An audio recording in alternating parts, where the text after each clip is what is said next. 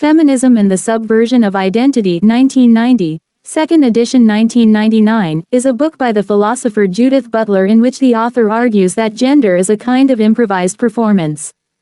The work is influential in feminism, women's studies, and lesbian and gay studies and has also enjoyed widespread popularity outside traditional academic circles.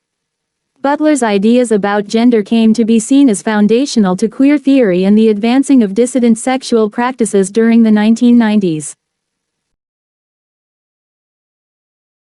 About the author. Judith Pamela Butler, born February 24, 1956, is an American philosopher and gender theorist whose work has influenced political philosophy, ethics, and the fields of third-wave feminism, queer theory, and literary theory. In 1993, Butler began teaching at the University of California, Berkeley, where they have served, beginning in 1998, as the Maxine Elliott Professor in the Department of Comparative Literature and the Program of Critical Theory. They are also the Hannah Arendt Chair at the European Graduate School. Summary. Butler criticizes one of the central assumptions of feminist theory, that there exists an identity and a subject that requires representation in politics and language. For Butler, women, and woman, are categories complicated by factors such as class, ethnicity, and sexuality. Moreover, the universality presumed by these terms parallels the assumed universality of the patriarchy and erases the particularity of oppression in distinct times and places. Butler thus eschews identity politics in favor of a new, coalitional feminism that critiques the basis of identity and gender. They challenge assumptions about the distinction often made between sex and gender, according to which sex is biological while gender is culturally constructed. Butler argues that this false distinction introduces a split into the supposedly unified subject of feminism. Sexed bodies cannot signify without gender, and the apparent existence of sex prior to discourse and cultural imposition is only an effect of the functioning of gender. Sex and gender are both constructed. Examining the work of the philosophers Simone de Beauvoir and Luce Irigaray, Butler explores the relationship between power and categories of sex and gender.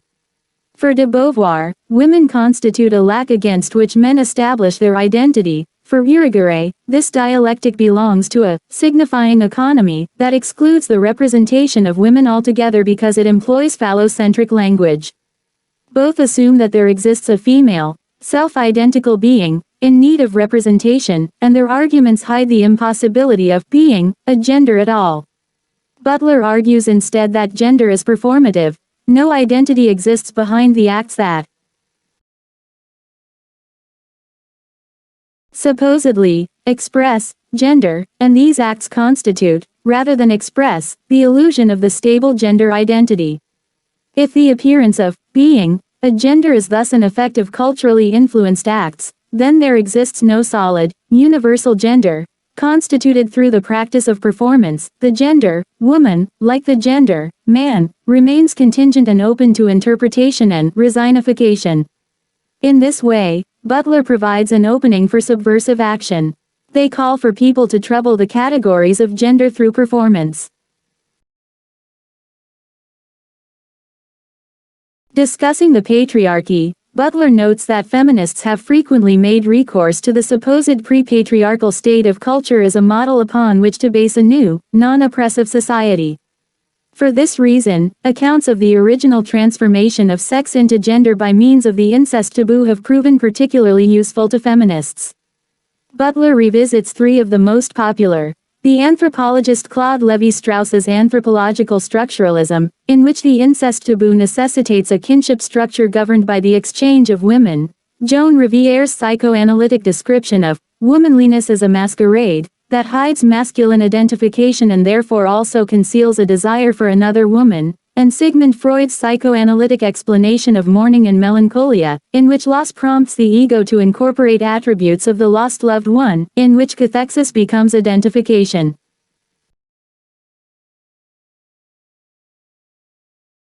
Butler extends these accounts of gender identification in order to emphasize the productive or performative aspects of gender.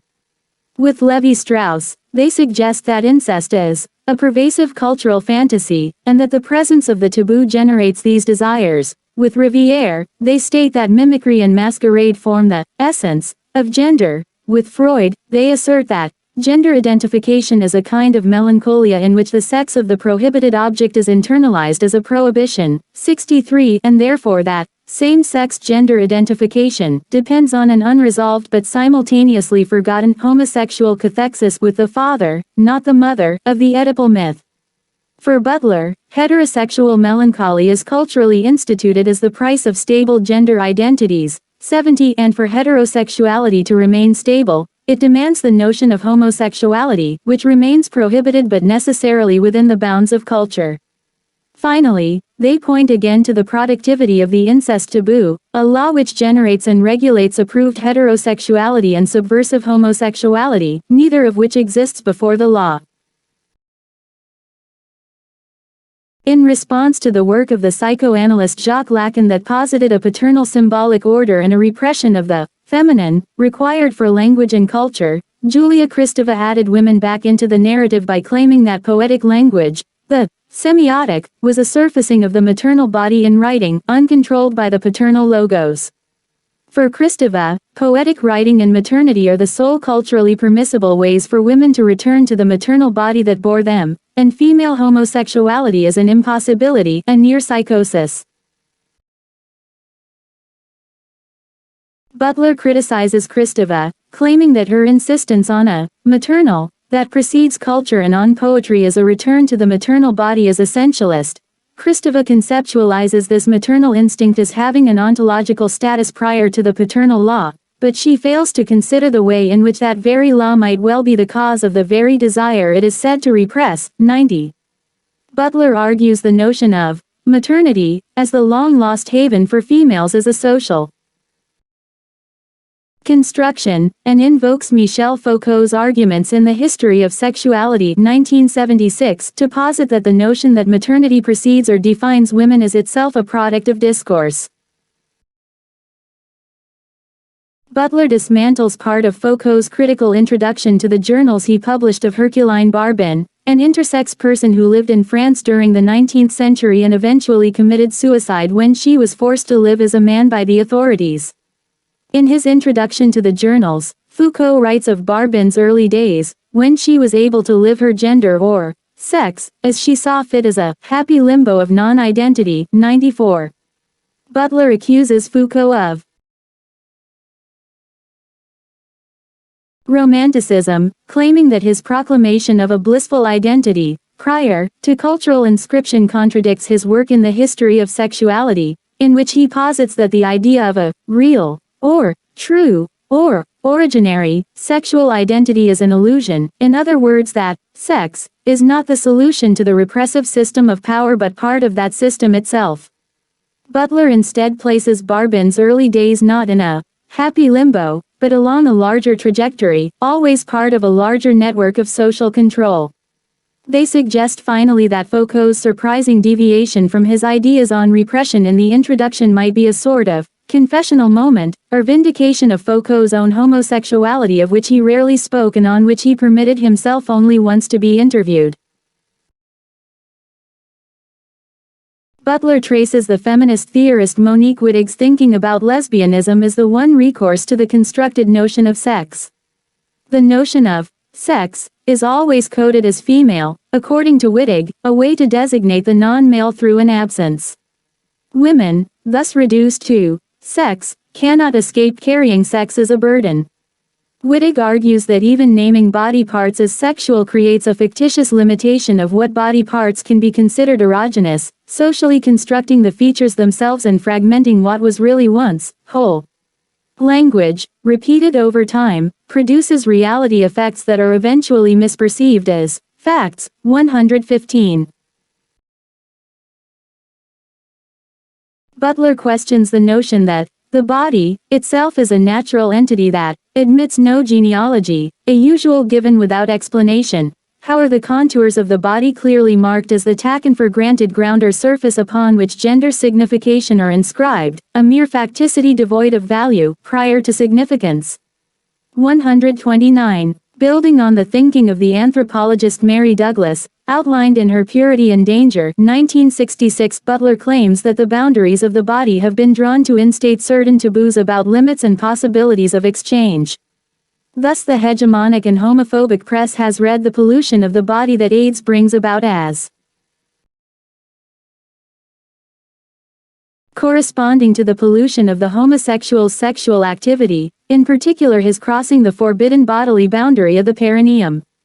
In other words, Butler's claim is that the body is itself a consequence of taboos that render that body discrete by virtue of its stable boundaries. 133. Butler proposes the practice of drag as a way to destabilize the exteriority-interiority binary, finally to poke fun at the notion that there is an original gender, and to demonstrate playfully to the audience, through an exaggeration, that all gender is in fact scripted, rehearsed, and performed. Butler attempts to construct a feminism via the politics of jurido-discursive power, from which the gendered pronoun has been removed or not presumed to be a reasonable category. They claim that even the binary of subject-object, which forms the basic assumption for feminist practices, we, women, must become subjects and not objects, as a hegemonic and artificial division. The notion of a subject is for them formed through repetition, through a practice of signification. 144. Butler offers parody, for example, the practice of drag, as a way to destabilize and make apparent the invisible assumptions about gender identity and the inhabitability of such ontological locales. 146 as gender. By redeploying those practices of identity and exposing as always failed the attempts to become one's gender, they believe that a positive, transformative politics can emerge. All page numbers are from the first edition. Judith Butler, Gender Trouble, Feminism and the Subversion of Identity, New York, Routledge, 1990. Gender Trouble was first published by Routledge in 1990. Later that decade, a second edition was published by Routledge. In 2006, a Routledge Classics edition was published. Gender Trouble was reviewed by Shane Phelan in Women in Politics. The work has enjoyed widespread popularity outside of traditional academic circles, even inspiring a fanzine, Judy. Butler, in a preface to the second edition of the book, writes that they were surprised by the size of the book's audience and its eventual status as a founding text of queer theory. Anthony Elliott writes that with the publication of Gender Trouble, Butler established themselves at the forefront of feminism, women's studies, lesbian and gay studies, and queer theory. According to Elliott, the core idea expounded in Gender Trouble, that gender is a kind of improvised performance, a form of theatricality that constitutes a sense of identity, came to be seen as foundational to the project of queer theory and the advancing of dissident sexual practices during the 1990s.